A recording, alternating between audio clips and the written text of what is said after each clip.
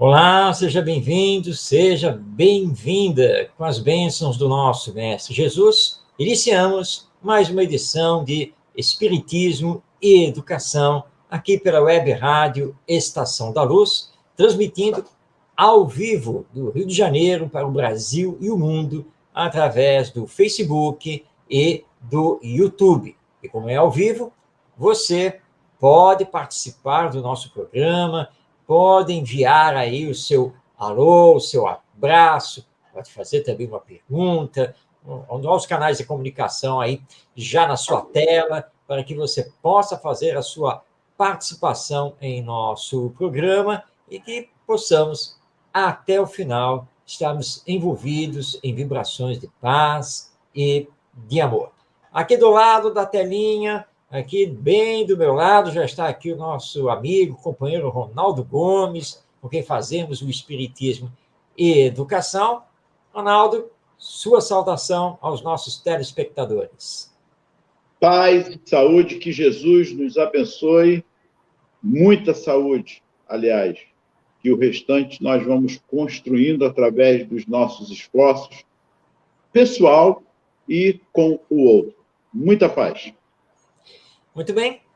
Nós estamos no programa fazendo um estudo sobre o criminoso e o crime. E hoje é a segunda parte desse estudo, e que tem por base um texto de mesmo título do Pedro de Camargo, ou simplesmente Vinícius, que está publicado no livro Em Torno do Mestre, publicação da Federação Espírita Brasileira. Eu vou mostrar na tela aqui a capa do livro, mas lembrando que a minha edição é antiga. A capa já está toda renovada, né? Está bem mais bonita do que esta, com certeza. Mas este é o livro, Em Torno do Mestre, de Vinícius, ou Pedro de Camargo, pela Federação Espírita Brasileira. E o que nos chamou a atenção no programa passado, acompanhando o texto aqui do Pedro de Camargo, foi a separação que ele fez entre o crime propriamente dito e o criminoso, ou seja, a pessoa humana, o ser espiritual reencarnado. E aí ele faz uma série de comentários, e eu e o Ronaldo aqui também trouxemos o Livro dos Espíritos, então fizemos uma série de considerações e fomos já começando a encaixar a educação dentro desse contexto. Foi isso, não foi, Ronaldo? É por aí? Perfeitamente. Eu vou dar continuidade na leitura da página aqui que nós estamos seguindo, que é justamente para prosseguir nesse raciocínio. Que nós não devemos combater o criminoso, mas o que nós devemos combater? O que está realmente a causa e não a consequência, que é o crime. Então, é uma belíssima página. Eu vou tentar ler essa parte da 82, Marcos, e se der tempo a gente termina, se der tempo. Okay. Mas vamos lá. Eu gostaria de pegarmos uma questão, mais uma vez, do Livro dos Espíritos. Mas vamos lá. A ignorância torna os homens capazes de todas as insânias. Isso aí, só esse pedaço aqui, só essa parte do texto já nos chama a atenção. Mas vamos lá. A ignorância torna os homens capazes de todas as insânias. Um parênteses aí, Marcos. Ignorância tem duplo sentido. Eu posso ser ignorante no sentido de ignorar alguma coisa ou algumas coisas. E posso ser ignorante no sentido de ignorante mesmo, bruto. O que você tem a dizer? Exatamente, Ronaldo, é isso aí mesmo. Nós temos a ignorância intelectual, que é a falta de conhecimentos, né, os mais variados. Então, você ignora, né, sobre determinado assunto, ignora como funciona determinada coisa. Então, esse é um tipo de ignorância. Mas existe esse outro tipo de ignorância, que você bem colocou, que é a pessoa bruta, primitiva, e que comete a violência justamente por causa disso. Claro que essa ignorância, às vezes, também está ligada à ignorância de conhecimentos. mas nem sempre. Nós temos pessoas que, através da hipocrisia, eles mostram conhecimentos intelectuais, mas são brutos, são violentos. Então, tem esse tipo de ignorância que poderíamos chamar de ignorância moral. Então, você tem a ignorância intelectual, mas tem também a ignorância moral. Tanto uma como outra, como nos afirma aqui o Pedro de Camargo, podem realmente realizar as maiores insânias, ou seja, as maiores loucuras.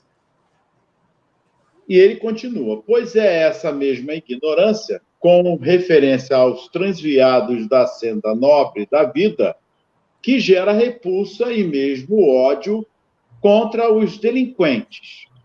Os velhos códigos humanos, assim civis que religiosos, foram vazados nos moldes dessa confusão entre o ato delituoso e o seu agente. É interessante aí, uma pausa, ele fala que os velhos códigos humanos. Mas e hoje? Os velhos códigos humanos continuam velhos, apesar de todos os avanços que já tivemos?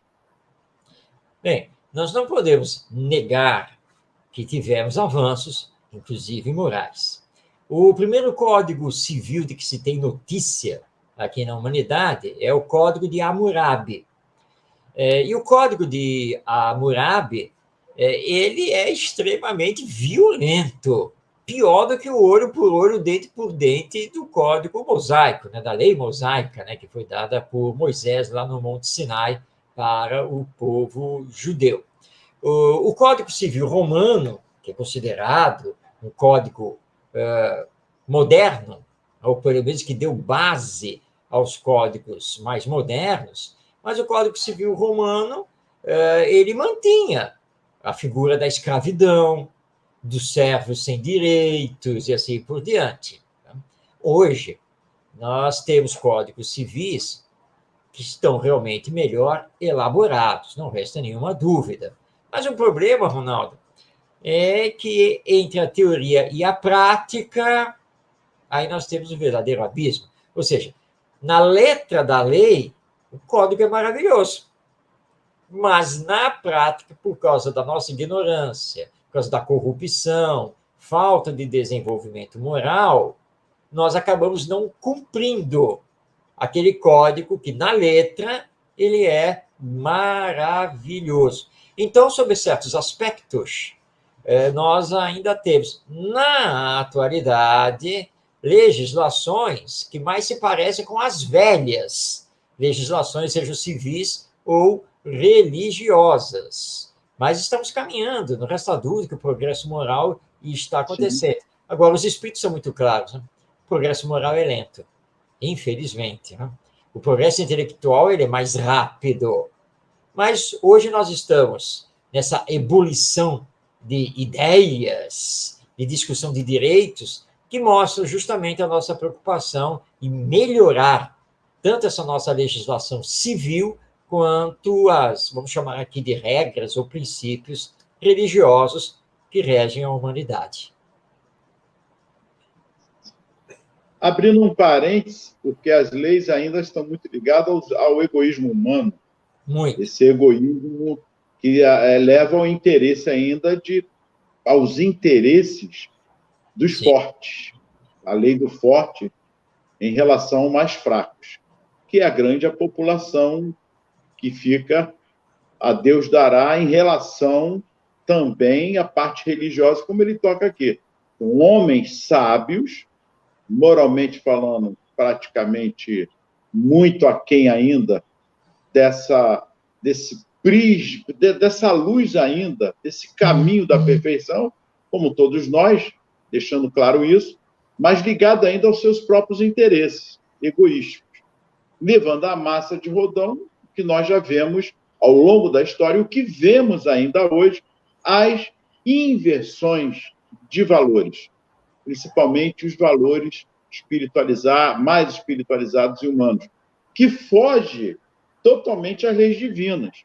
Mas o homem, as leis dos homens, vão paulatinamente caminhando para isso.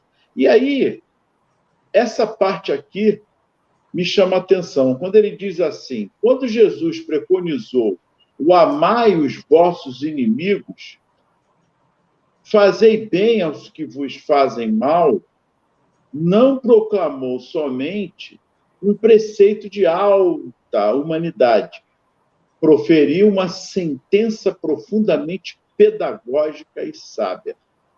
A benevolência, contrastando com a agressão, é o único processo educativo capaz de corrigir e regenerar o pecador. Marcos, isso é profundo. Porque, falando em violência, pegar numa arma, as guerras que nós vemos, isso já é, para mim, a minha observação. Já é o ápice da violência. Mas a violência ela se disfarça de várias maneiras. Através de leis, por exemplo, arbitrárias. Através, por exemplo, de leis que vêm a inversão totalmente de valores que nós estamos vivendo. Não quero entrar num contexto, mas que todo mundo sabe que nós estamos vivendo esse momento hoje ainda crucial, que vem simbolizar entre Jesus e Barrabás. O que eu quero dizer é um ato de violência disfarçado. Vocês querem que eu solte quem? Barrabás ou Jesus? Ora, Barrabás, todo mundo sabia quem era Barrabás. E também sabia quem era Jesus, tanto que Pilatos deixa claro que é um homem inocente. Não vejo pecado, não vejo erro nenhum desse, mas enfim e tal. Marcos, são duas violências ou uma só que nós estamos tentando aqui comentar? Eu tô falando no ar que é para puxar justamente por nossas mentes, porque a gente acha que violência é só o ato em si, de matar, de roubar, de fazer isso e aquilo, mas a violência ela se disfarça silenciosamente de várias maneiras. Quando Jesus fala das dores que está sentindo, o que vai acontecer do início da grande provação que ele iria passar, Pedro chega e fala assim, Senhor, tal coisa não há de acontecer convosco. É uma violência, porque está chamando Jesus de mentiroso. Sai de Satanás, que é isso? E aí, Marcos, essas observações, e tem outras, mas é só para começarmos a compreender que a benevolência, contrastando com a agressão, é o único processo educativo capaz de corrigir e regenerar o pecador, porque Jesus jamais os vossos inimigos. Tudo que fere a lei divina é uma violência. Então, o egoísmo é uma violência, o orgulho é uma violência, a hipocrisia é uma violência, a vaidade é uma violência. Não fazer o bem quando se tem oportunidade de fazê-lo é uma violência. E assim por diante. Violência não se caracteriza apenas pelo ato físico contra outro ser humano. Hoje em dia, inclusive, reconhece-se a existência da violência psicológica, a violência emocional e assim por diante. Ou seja, nós mesmos, na figura da lei, já reconhecemos que existem vários tipos de violência. Então, tudo o que fere a lei divina é uma violência contra o próximo, contra a humanidade, contra o planeta, porque feriu a lei divina. Então, ele está lembrando aqui no texto, o Pedro de Camargo, que Jesus veio nos ensinar o amai-vos uns aos outros. E é muito importante nós conversarmos sobre isso, tá? No momento atual do nosso querido Brasil, por exemplo, em que nós estamos aí com uma luta de ideologias políticas de esquerda, de direita, de centro e vai por aí afora, e que muitos espíritas não têm sabido se posicionar. Um dos pilares do espiritismo é o evangelho. Ou seja, nós espíritas, que também somos cristãos, seguimos os ensinos morais de Jesus. Ora, o primeiro ensino moral de Jesus, o grande ensino moral de Jesus, é exatamente esse que é lembrado pelo Pedro de Camargo. Amai-vos uns aos outros. o nosso Marcondes Moreira, nos dando boa noite a você, ele é lá de Paulista, Pernambuco. Um grande abraço a você, Marcondes, e a todos. Amai-vos uns aos outros. Bem, isso quer dizer que eu não posso discriminar ninguém. Eu não posso ter preconceito contra ninguém. Não é? Amai-vos uns aos outros. É ponto final nessa frase. Eu tenho que amar todos os outros seres humanos, sejam eles quem forem, o que façam, o que pensam, qual seja o grau de evolução de cada um. Jesus não fez. Ele não colocou uma vírgula para ficar fazendo mas, porém, contudo, entretanto, no entanto. Nada disso. E ainda ele fechou a frase com amai-vos uns aos outros como eu vos amei. Então, ele se colocando como exemplo, ele que nunca discriminou ninguém e recebeu todo mundo que o procurasse. Então, por isso que ele é nosso guia e modelo. Ora, então, eu não posso discriminar as pessoas porque elas têm, por exemplo, um pensamento diferente do meu. Agora, também não posso querer adequar o evangelho e o espiritismo aos meus pensamentos, ao meu querer. É o contrário. Eu que tenho que combater em mim as más tendências, eu que preciso me moralizar, me evangelizar e permitir que o evangelho e o espiritismo me transforme meus pensamentos, meus valores, minhas ações. Eu não tenho que ficar justificando o que eu faço, deturpando o evangelho e o espiritismo. Na verdade, o espiritismo está aqui na Terra para nos ajudar a realizar a transformação moral da humanidade. Então, eu não tenho que levar para o centro espírita, eu não tenho que levar ideias político-partidárias de esquerda, de direita, de centro, nada disso. Eu tenho que levar para os partidos políticos a realidade da vida imortal. Eu tenho que levar para os partidos políticos a necessidade do amar-vos uns aos outros, da fraternidade, da solidariedade, porque tanto o evangelho quanto o espiritismo estão no mundo para nos tirar do egoísmo e do orgulho e para nos levar a pensarmos no bem de todos, no bem coletivo. Então, o Pedro Camargo, aqui no texto, vem fazer essa colocação maravilhosa. Diante do mal, o bem. Porque Jesus pediu para amarmos os nossos inimigos também. Então, a benevolência, a caridade, como resposta ao mal, como resposta à violência. Vamos segregar, ou seja, aprisionar o criminoso? Sim, porque ele cometeu um crime. Mas por que nós vamos aprisioná-lo? Para que ele possa ser reeducado, ressocializado, para que ele possa se renovar diante, então, das lições sublimes do Evangelho, diante da realidade espiritual da vida que o Espiritismo nos dá, até que ele tenha condições da sua reinserção na sociedade humana, mas agora com novos valores, com uma nova visão da vida para reparar aquele mal que ele fez anteriormente. E nós estamos vivendo as inversões de valores. Isso é bom nós frisarmos muito isso, porque quando se combate o crime, não se educa o criminoso, ou o espírito, como ele vai falar aqui. E muitas vezes você combate o criminoso soltando ele, mas ele não vai cumprir pena nenhuma, porque está sob inversão de valores. E é uma dicotomia que nós estamos vivenciando hoje em dia.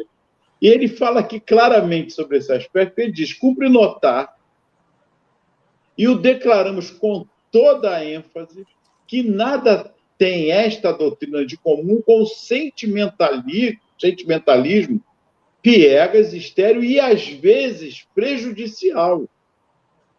Trata-se de repor as coisas nos seus lugares. Para varrer-se o mal da face da terra, é preciso que se apliquem métodos naturais, conducentes a esse objetivo. O método natural é a educação do espírito. Com o velho sistema de castigar ou eliminar as vítimas do crime, do vício, nada se logrará de positivo, conforme os fatos atestam eloquentemente. Olha só, um exemplo aqui é pena de morte. Sim. Combateu-se o criminoso. Ok, pelas leis, ok. Mas o crime continua, porque outros estão fazendo. E não resolveu o problema. Se fosse pena de morte a resolver, nós não teríamos mais os mesmos crimes que são cometidos por outros tantos que irão sofrer a pena de morte. Tanto que, por exemplo, nos Estados Unidos, alguns estados já aboliram a pena de morte, outros ainda permanecem. E esse exemplo que ele dá aqui é formidável. A medicina jamais pensou na eliminação dos enfermos. Ah, estou com câncer, mata, pronto, está com câncer, pode morrer. Como foi feito em muitas épocas da humanidade, inclusive na guerra, os nazistas que usavam esses fins. Nascia com algum problema, pode eliminar. Ele não é da raça ariana. E ao longo da história, se voltarmos lá atrás, a mesma situação, nós passamos por isso. Quando Jesus nasceu, vamos eliminar 2.000 crianças que nasceram até aquela idade, porque o bem é um mal, esse cara vai ser o rei. Quer dizer, ainda... Olha que interessante, mano. Matar as crianças até 2 anos para eliminar um suposto mal do rei que está... Olha como é que é o ser humano. Então, toda a sua preocupação está em curar as doenças. Pois o processo deve ser o mesmo em se tratando dos distúrbios que afetam o moral. Voltamos ao aspecto da moral dos indivíduos, que são os espíritos ali encarnados. Exato, Renato. É isso aí. Esse exemplo que o Pedro Camargo nos dá com a medicina, ele é exemplar realmente. Se você pega a medicina, o que a medicina faz quando você vai lá para o médico e se queixa de alguma coisa? Ele manda você fazer os exames. Se detectado alguma doença, alguma anomalia do seu organismo, o que o médico faz? Vai iniciar o combate à doença, ao problema que o organismo do paciente está apresentando. Ele não vai combater você. Ele não vai fazer isso. Ele não vai mandar ele eliminar. E você está doente, vamos tirar você da sociedade e elimina. Isso acontecia no passado por ignorância. Na época de Jesus, os rancenianos, que na época eram chamados de leprosos, eles eram segregados da sociedade. Eles não combatiam a doença, combatiam o doente. Mas isso foi naquela época, por ignorância, porque se desconhecia aquela doença e se achava que o chamado leproso ele estava recebendo castigo divino por algum mal que ele tivesse praticado. Hoje nós sabemos que não é nada disso. Mas e o criminoso? Aquele que comete um crime contra a sociedade, ele tem que responder por isso na forma da lei. Tá? E se for o caso dele ser aprisionado, nós temos que entender que o aprisionamento dele não é para eliminá-lo, não é para acabar com ele. Não. Ele precisa ser momentaneamente retirado da sociedade para ter novos aprendizados, para que ele faça uma tomada de consciência, se arrependa do mal que tenha realizado e possa se preparar para reparar esse mal. Aí, então, nós estamos entrando no que o Pedro Camargo coloca aqui no texto, que é a educação do espírito. Lembrando, como nós já vimos no programa passado, que o mal não é intrínseco, ou seja, ele não pertence ao ser humano. O mal é a ausência do bem, muitas vezes por ignorância. Então, eu tenho que reeducar. É a mesma coisa que você pegar uma criança, não? Aí você está observando a criança lá na escola, ou na evangelização do centro espírita. e percebe que ela resolve as coisas no tapa. O que você vai fazer como educador?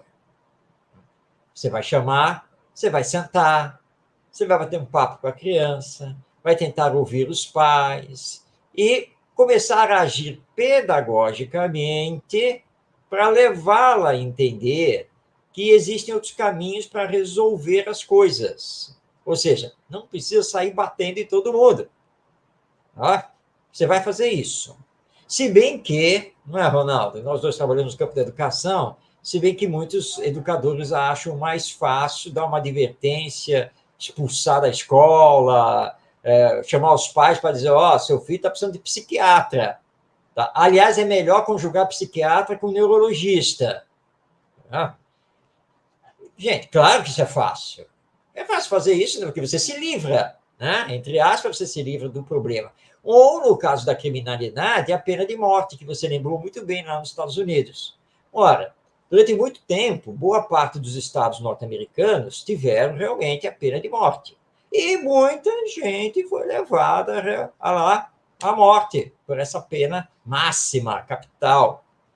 Ué, não consta que nos Estados Unidos a pena de morte tenha diminuído criminalidade. Muito pelo contrário. Lembrando um fato histórico aqui, quando os franceses, lá em 1789, derrubaram a Bastilha, e fizeram a Revolução Francesa, na sequência acabaram mesmo derrubando a monarquia, instauraram a república, olha que beleza, né? Mas as pessoas esquecem que logo depois disso, a França ficou numa convulsão só, tanto interna quanto externa. E de 1789 a 1798, ou seja, quase 10 anos, praticamente 10 anos, os franceses conheceram a guilhotina, que funcionava diariamente, ceifando a vida. Porque a maioria era condenada à guilhotina, pena de morte. E foi conhecido como, né, a Idade do Terror, lá na França, a França de Robespierre, Marat e assim por diante. Tá?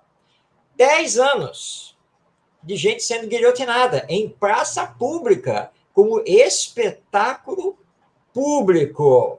Tá? Sabe quando a França finalmente se apaziguou? Sabe quando ela finalmente se tornou a França que nós conhecemos? 100 anos depois. Porque ela teve uma série de contra-revoluções, novas revoluções, barricadas nas ruas de Paris, lutas externas contra outras nações. Foram praticamente 100 anos de convulsão. E eles tentando resolver a situação com leis super severas, gente mandada para a pena de morte, lá para a prisão da Guiana Francesa, aqui na América do Sul, a coisa mais horrorosa que já se teve aqui na nossa história, pertinho aqui do Brasil, encostado aqui com o Brasil, e nada resolveu. Só resolveram quando finalmente eles foram para a educação. Quando finalmente começaram a ser aplicados na educação, aí sim começou a resolver, acabaram com a guilhotina, acabaram com a pena de morte, acabaram com a Guiana Francesa, com aquela prisão horrorosa, aí assim por diante.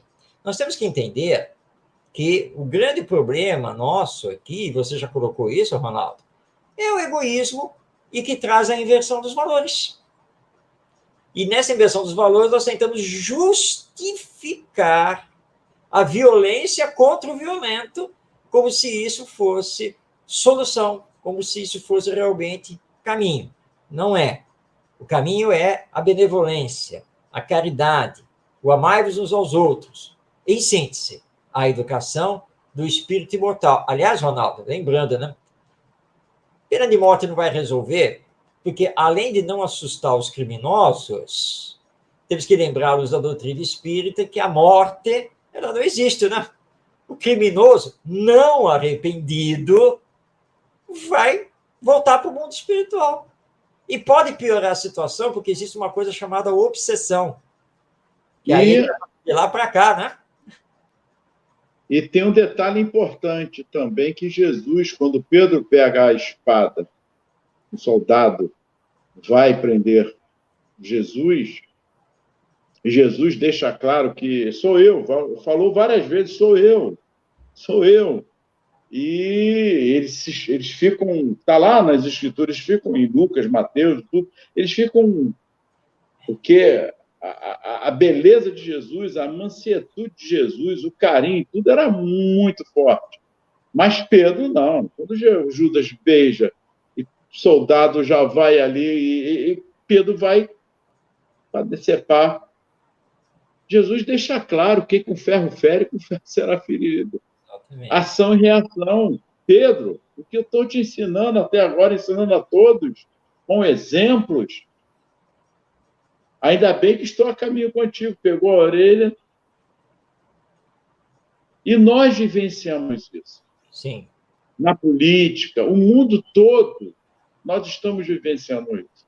Sai governo, entra governo, um lançando o anátema um contra o outro, não está resolvendo nada, porque todos têm telhados de cristal. Se jogar uma pedrinha, vai quebrar. Enquanto ainda vivenciarmos isso, esquecendo que tudo que está acontecendo hoje é um reflexo ainda lá de trás. Essa ação e reação não leva a nada. E o processo de educação do espírito está aí na lei da reencarnação. Porque se Deus assim o quisesse eliminar o crime, é só eliminar o criminoso. Bom, eu dei a vida a esses espíritos, pronto, acabou esse espírito não existe mais. Vou criar novo espírito. Ele, na hora que ele quiser, ele pode fazer isso, mas ele dá o processo de educação através da reencarnação. Olha que bacana. Olha que belíssimo exemplo de Deus para nós. Isso me faz lembrar, Ronaldo, uma vez, estou aqui recordando meus áureos tempos de evangelizador no Centro Espírita, e eu estava com uma turma ali de adolescentes, né? E de vez em quando eles se pegavam, né? Coisa. Aí, uma hora lá, que um brigando com o outro, lá eu parei tudo. Falei, o que está acontecendo aí, né? Ah, porque ele isso, não, porque ele aquilo. Aí, trocando, né, as coisas. Falei, olha só, eu sou o professor aqui dentro, certo? Eu sou o adulto aqui dentro. Então, eu vou resolver essa situação entre vocês, tá? Eu vou aí e vou sentar a mão em cada um e todo mundo vai ficar quieto, pianinho, certo? Aí eles olharam para mim, que isso, tio? O senhor não pode fazer isso. Não posso? Por que eu não posso? Eu não sou o adulto, não sou aqui o mais forte, não estou aqui para ensinar para vocês, não sou eu que mando aqui dentro dessa sala, tá? E vocês estão atrapalhando aí, só se pegando, mano. Eu vou aí, assim como um bateu no outro, eu vou aí e vou batendo em vocês dois. Poder, eu posso, sim. Aí um se virou assim, mas o senhor não deve. Opa, o que você falou aí? Que o senhor não deve fazer isso. Qual é a diferença entre poder fazer, né? Eu posso fazer, mas eu não devo fazer? Me diga aí, qual é a diferença? E eles começaram, né? Começaram, não, porque não sei o quê. E daí começaram a fazer uma série de colocações e eles nem perceberam que a aula foi embora, né?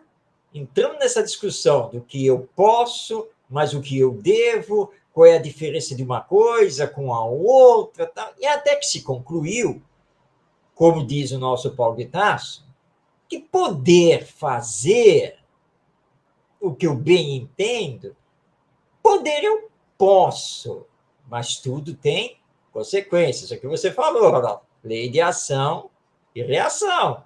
Tudo tem consequências, não é mesmo?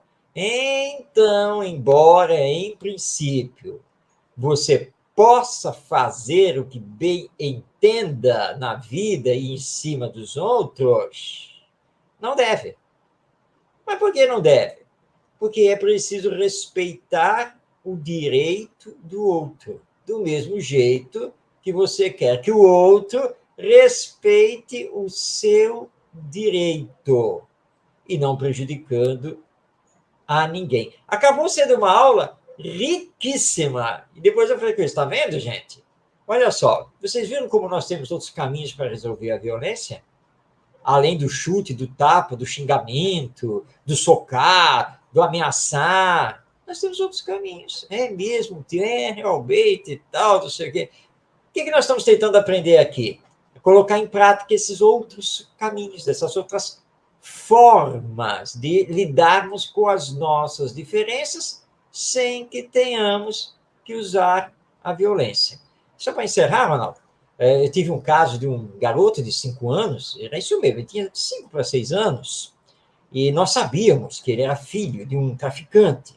Nós trabalhávamos lá junto a uma comunidade muito carente aqui do Rio de Janeiro, e ele era violento. Ou seja, era um espírito que trazia uma má tendência, realmente uma má índole. E um dia ele lá não gostou lá da chamada de atenção que eu dei nele, né? Aí ele me ameaçou mesmo, ameaçou meu pai, né? Meu pai trabalhava na época conosco ali, né? E queria enfiar a faca na nossa barriga. Eu olhei para ele, tá bom, meu filho, tudo bem, se você quer fazer isso, quem sou eu para dizer aqui alguma coisa que você não pode? Mas pensa bem, será que esse é o caminho? Tá, mas você está nervoso, você não quer conversar, eu respeito, tudo bem, vai com Deus. Tá? Deus lhe abençoe, até semana que vem, hein? Olha, quando a evangelização terminou, porque muitas pessoas viram a cena, todo mundo ficou assim, meu Deus, e agora? Como é que nós vamos fazer durante a semana? E semana que vem? Ninguém se preocupe, nós estamos com Deus. Deus está conosco. Vamos orar muito por ele, por todos, e vamos continuar os trabalhos normalmente, e aqui estaremos semana que vem. Aí chegou a semana seguinte, né?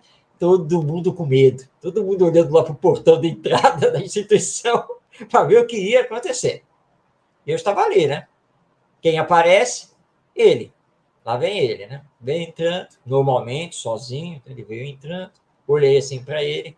Bom dia, fulano. Tudo bem? Seja bem-vindo. Deus lhe abençoe. Ele olhou assim para mim, deu um sorrisinho, seguiu e entrou na sala. E naquele dia, ele não era de boa índole, né? Claro que ele aprontou uma coisinha aqui, uma coisinha ali, mas nada demais. Fez nada demais. Foi embora. Quando nós nos reunimos para fazer uma avaliação, vocês perceberam o que aconteceu? Semana passada, quando ele fez aquelas ameaças, que até nos matar e não sei o quê, ele esperava o confronto. Mas eu chamei ele de meu filho, disse que ia orar por ele, que Deus o abençoasse, que eu ia esperá-lo semana que vem. Ele deve ter saído daqui chutando portas, paredes, pedras, xingando. Mas quando ele esfriou a cabeça, ele deve ter pensado, como é que eu vou matar aquele tio que diz que me ama, que diz que gosta de mim, apesar de tudo que eu fiz. Tá? E ele voltou outro. É a benevolência, né? O amor educando, o amor mostrando os novos valores. Claro, né, Ronaldo, não vamos esperar que o garoto se transforme e vire anjo a partir dali, porque isso é um processo, não é um processo fácil. Educação.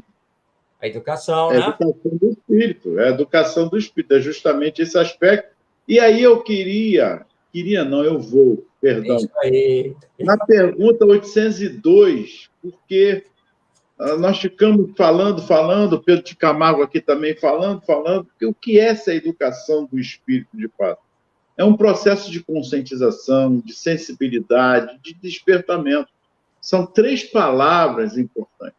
Esse despertar, o primeiro ponto é o despertar para essa realidade. Isso. A sensibilidade, que vai aos poucos, que é o sentimento, e a conscientização, não é dar a conscientização, ele vai criando essa conscientização, despertando, se sensibilizando e criando essa consciência. E aí, na pergunta 802, o que diz, olha só, Livro dos Espíritos, posso ler ou você está com o livro? Posso ler? Se quiser que eu leia, tá tudo certo. Então, eu queria que você lesse, por gentileza, a pergunta 802, que aparentemente, abrindo parênteses, parece que não tem nada a ver, mas para nós observarmos a importância do que é a lei da reencarnação na educação do espírito, na educação moral do espírito, como todos nós.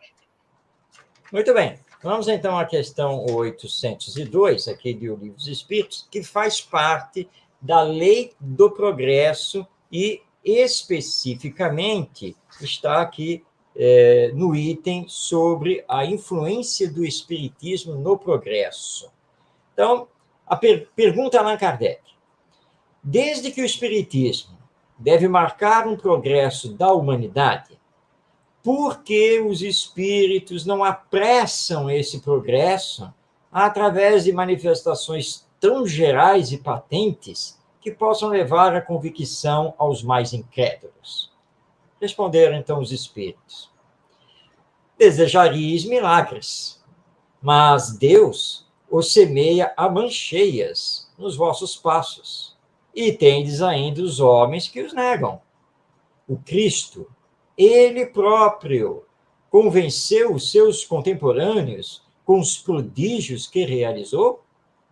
Não vedes ainda hoje os homens negarem os fatos mais patentes que se passam aos seus olhos? Não tendes os que não acreditariam, mesmo quando vissem? Não, não é por meio de prodígios que Deus conduzirá os homens. Na sua bondade, ele quer deixar-lhes o mérito de se convencerem através da razão. Esta é a questão 802. Pois é para que nós possamos compreender a lei de Deus, a sua bondade, porque vem desse despertar nosso, da nossa sensibilidade e a nossa conscientização através da razão. Caramba, eu venho ao longo do tempo, ao longo dos milênios, bota aí bilênios, trilênios, eu não sei mais, me perdendo, e Deus está ali mostrando que a transformação é minha, essa educação é minha. Esse mal é porque porque eu estou negligenciando toda essa bondade que está em mim. Então, eu venho cometendo atrocidades e mais atrocidades ao longo das minhas existências, na vida que Deus me deu, que é uma só, que é a vida do Espírito, e nas minhas existências, no processo de educação e reeducação, eu continuo fazendo as mesmas coisas. Cresço em alguns momentos, desperto, mas em outros momentos eu permaneço fazendo algumas atrocidades. Olha que interessante. É isso, esse combater o criminoso no sentido dessa educação espiritual e reeducação, que é através, como Pedro Camargo está colocando aqui. Aí, Marcos, na 803, ele diz: perante Deus, são iguais todos os homens? Não, olha que interessante. Não. Ou sim? Lê aí, Marcos, essa 803, para que nós possamos compreender. Vamos lá. E, para quem pensou não, os espíritos responderam: sim, sim. Ou seja, todos os homens são iguais perante Deus. Sim, todos tendem para o mesmo fim, e Deus fez as suas leis para todos. Dizeis frequentemente: o sol brilha para todos. E com isso dizeis uma verdade maior e mais geral do que pensais. E é verdade, né, Ronaldo? O sol brilha para bons e maus, egoístas e caridosos, humildes e orgulhosos, altos e baixos, e vai por aí afora. Realmente, o sol brilha para todos, mostrando que a lei divina é para todos e que, portanto, Deus não faz diferença entre os seus filhos, que somos nós. Tem uma nota de Allan Kardec, né? Oi? Quer que eu leia a nota de Allan Kardec? Sim, isso, por favor. Allan Kardec faz uma observação, né? Ele faz uma nota a essa resposta dos espíritos, diz aqui: todos os homens são submetidos às mesmas leis naturais. Todos nascem com a mesma fragilidade. estão sujeitos às mesmas dores. E o corpo do rico se destrói como o do pobre. Deus não concedeu, portanto, superioridade natural a nenhum homem, nem pelo nascimento, nem pela morte. Todos são iguais diante dele. E é isso, né? Aliás, ontem, eu estava eu estava assistindo um documentário mostrando a Tailândia, esse país lá da Ásia, né? E eles têm lá, a Tailândia é uma monarquia constitucional. Então, eles têm uma dinastia real. Né? E o jornalista estava conversando lá com um historiador, expert lá na cultura, e esse historiador, ele também faz parte, né? Ele é um dos descendentes dessa nobreza, dessa família real. Então, o jornalista perguntou para ele, bom, você é de um dos ramos, né, da família imperial. Você seria o quê do atual imperador, né, do atual rei? Aí ele deu um sorriso e respondeu com a maior humildade, eu sou o seu leal súdito. Olha que beleza! Ele reconhece, gente, apesar de eu ter ligação com a família real, porque eu sou filho de não sei quem, que é não sei o quê, eu sou um súdito dele. Nada mais. Eu não uso isso para me prevalecer de coisa alguma. Tá? Para dizer, eu sou primo do rei, né? Eu sou um primo em terceira. Não, eu sou um súdito leal do nosso rei. O que é isso? Bem. E Deus olha para nós, através dos mecanismos da reencarnação, e diz, meus filhos, vocês são todos iguais. Porque vocês não são o corpo, vocês ficam se diferenciando por causa do corpo, mas vocês não são o corpo, vocês são o espírito. Tá? E, aliás, lembrando aqui, para quem ainda acredita nisso, né, a tal história do sangue azul, que é o sangue da nobreza, o sangue da realeza, a ciência já cansou de provar que o tal do sangue azul não existe. Nunca foi encontrado. Nem nos reis, nas rainhas, nem nos príncipes, das princesas, coisa nenhuma. Né? Nós somos iguais. Né? Aí ele continua aqui, Pedro Camargo, na página 83, o que ele fala, né, a gente consegue através da instrução moral. Mas ele diz assim, toda punição imposta de fora, como revide social, é contraproducente. Ora, por quê? Conforme os fatos, em sua interrompível expressão, tem comprovado 1000 vezes. É muito fácil encarcerar ou eletrocutar, tudo que nós já conversamos aqui, hein, gente?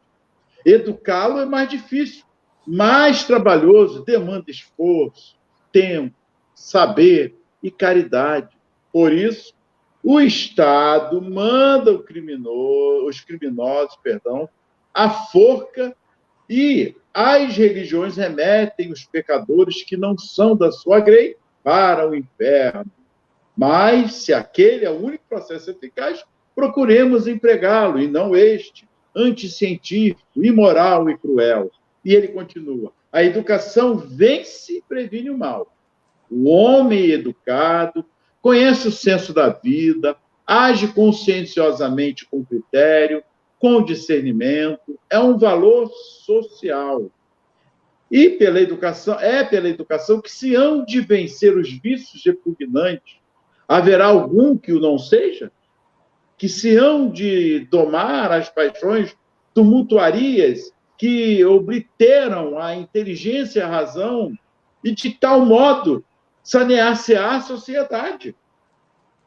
Retirem-se os delinquentes de convívio social, como se faz com os pestosos, como você falou anteriormente sobre os jansenianos, que ameaça a salubridade pública, mas como a este preste-se àquele a assistência que lhe é devida, educação.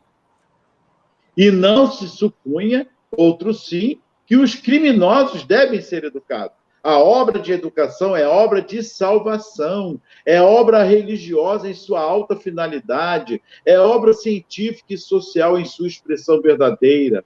Eduquem-se a todos, cada um na sua esfera, até que a educação se transforme em cada indivíduo numa autoeducação contínua e ininterrupta, como diz Joana de Ângeles, a autoeducação.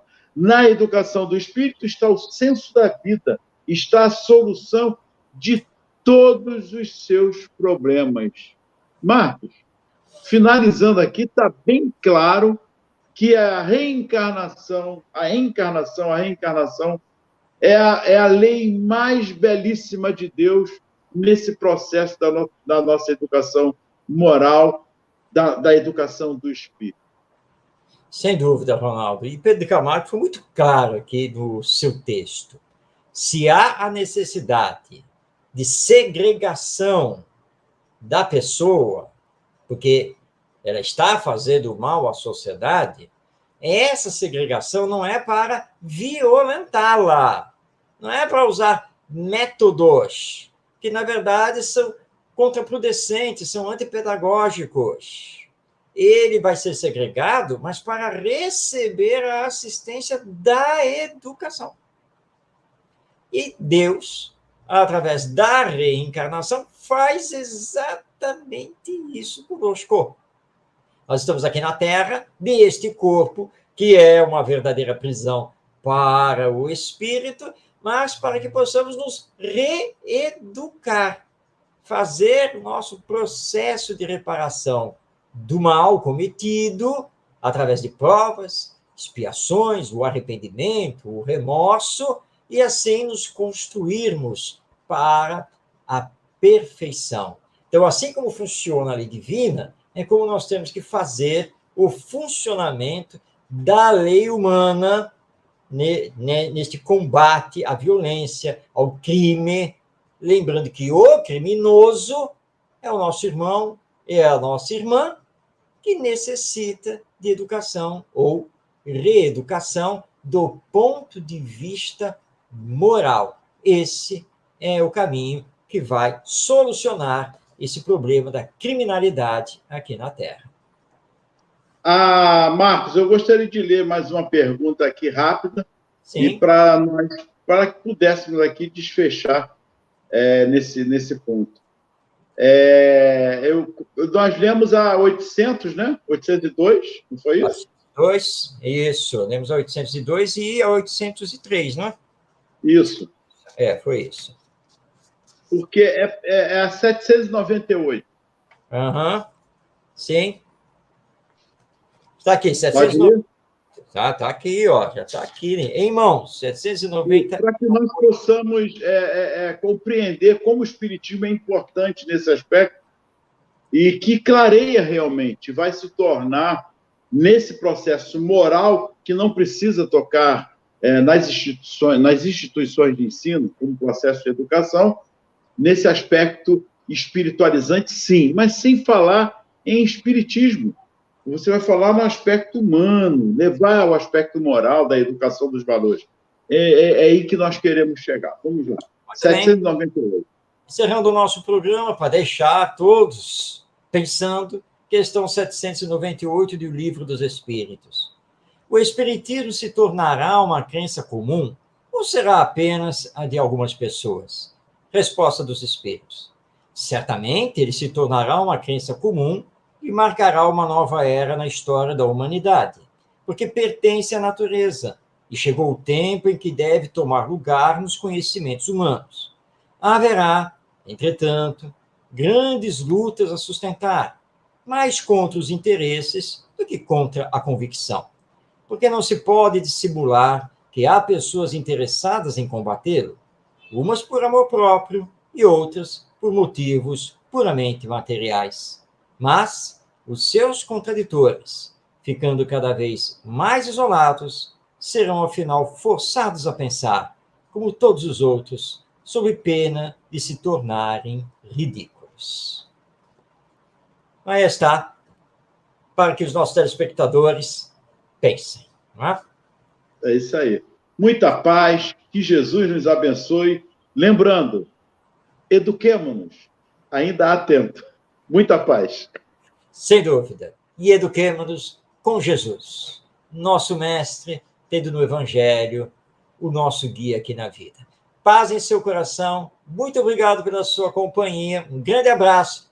Até semana que vem, 8h30 da noite, aqui pela Web Rádio Estação da Luz, com mais um Espiritismo e Educação. Um grande abraço.